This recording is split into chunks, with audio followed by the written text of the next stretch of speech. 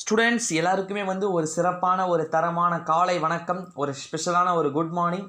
வீடியோக்குள்ளே போகிறதுக்கு முன்னாடி நம்ம சேனலுக்கு நீங்கள் புதிய வியூவராக இருந்தீங்க அப்படின்னா மறக்காமல் நம்ம சேனலை சப்ஸ்கிரைப் பண்ணிக்கோங்க. வாங்க இப்போ வீடியோக்குள்ளே முழுமையாக வந்து போயிடலாம். ஃபஸ்ட்டு வந்து இன்னைக்கு 10th ஸ்டாண்டர்ட் சயின்ஸ் எக்ஸாம் எழுதக்கூடிய A to Z எல்லா ஸ்டூடெண்ட்ஸுக்குமே வந்து all the best. Don't worry, ஈஸியாக பாஸ் பண்ணிடலாம். வெறும் 20 மார்க் 10 மார்க் எடுத்தாலே பாஸ் தான். வாங்க இப்போ வீடியோக்குள்ளே போயிடலாம். நேற்று வந்து நம்முடைய தமிழக பள்ளிக்கல்வித்துறை அமைச்சர் திட்டவட்டமாக வந்து சொல்லிட்டார். ப்ரெஸ் பீப்புள்ஸும் சரி ரிப்போர்ட்டர்ஸும் வந்து ப்ரெஷர் பண்ண ஆரம்பிச்சிட்டாங்க நம்முடைய தமிழ்நாடு மினிஸ்டரை.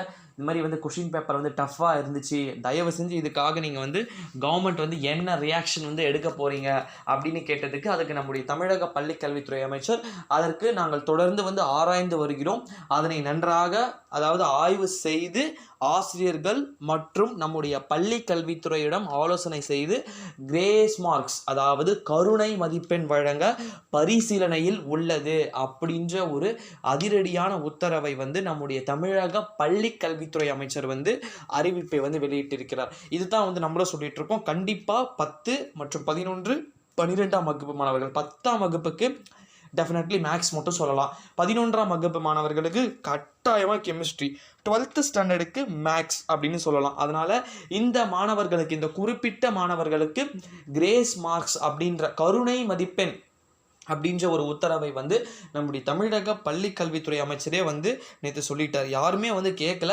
கூடுதலாக வந்து மார்க் வழங்கப்படுமா தான் கேட்டாங்க. அதுக்கு நம்முடைய தமிழக பள்ளி கல்வித்துறை அமைச்சரே வந்து சொல்லிட்டார்.